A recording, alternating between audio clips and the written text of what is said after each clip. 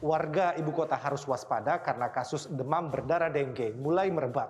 Kepala Bidang Pencegahan dan Pengendalian Penyakit Dinas Kesehatan DKI Jakarta mengatakan telah terjadi peningkatan kasus demam berdarah dengue di Jakarta sejak Agustus 2021 hingga akhir Desember 2021. Bahkan tren ini diprediksi akan berlanjut hingga April 2022.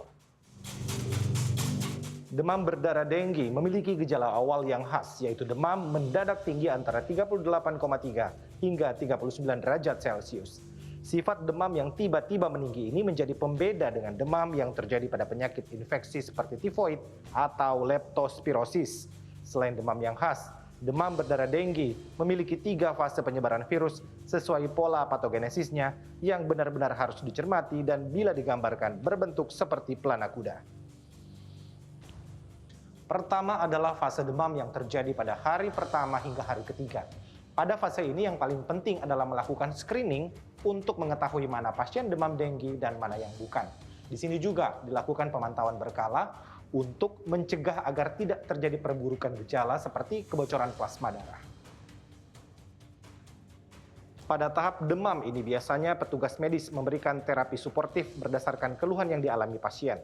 Bila pasien merasa demam, akan diberikan obat antipiretik atau penurun panas. Kalau pasien merasa mual dan muntah, akan diberikan obat penghilang mual dan seterusnya.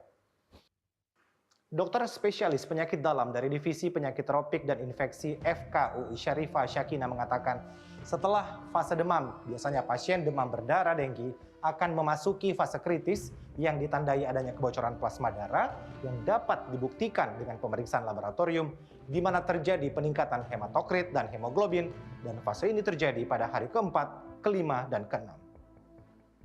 Nah, begitu masuk fase critical phase atau fase yang mulai ditandai dengan adanya kebocoran plasma, di situ kita mulai harus intensifikasi penghitungan kebutuhan cairan pasien. Karena di sini titik di mana risiko terjadinya shock pada pasien dengue menjadi lebih besar.